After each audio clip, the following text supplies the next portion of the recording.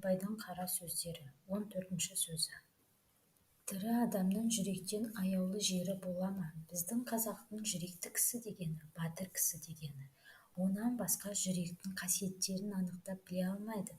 Рақымдылық, мейірбандылық, әртүрлі істе адам баласын өз бауырым деп, өзіне ойлағандай оларға да болса игі еді.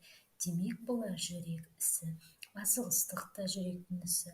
Тіл жүректің айтқанына көнсе, жалған шықпайды. Амалдың тілін алса, жүрек ұмыт қалады.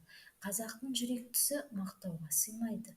Айтқанға көнгіш, уағдада тұрғыш, бойын жаманшылықтан тез жиып алғыш, көштің соңынан итше ере бермей, адасқан көптен атының басын бұрып алуға жараған.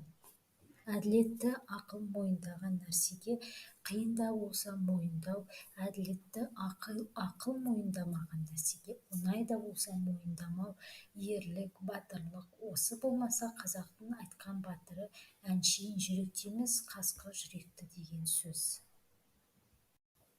Қазақ та адам баласы ғой, көбі ақылсыздығынан азбайды. Ақылдың сөзін ұғып аларлық, жүректе жігер, қайрат, байлаулылықтың жоқтығынан азады. Білімді білсе де арсыз қайратсыздығынан ескермей, ұстамай кетеді. Жаманшылыққа бір елігіп кеткен соң, бойын жиып алып кетерлік қайрат қазақта кем болады. Осы жұрттың көбінің айтып жүрген мықты жігіт, ер жігіт, пысық жігіт деп ат қойып жүрген кісілерінің бәрі пәлеге, жаманшылыққа еліктпек үшін бірін-бірі айда батырлап, қыздырып алады да, артын ойлатпай азғыратұғын сөздер.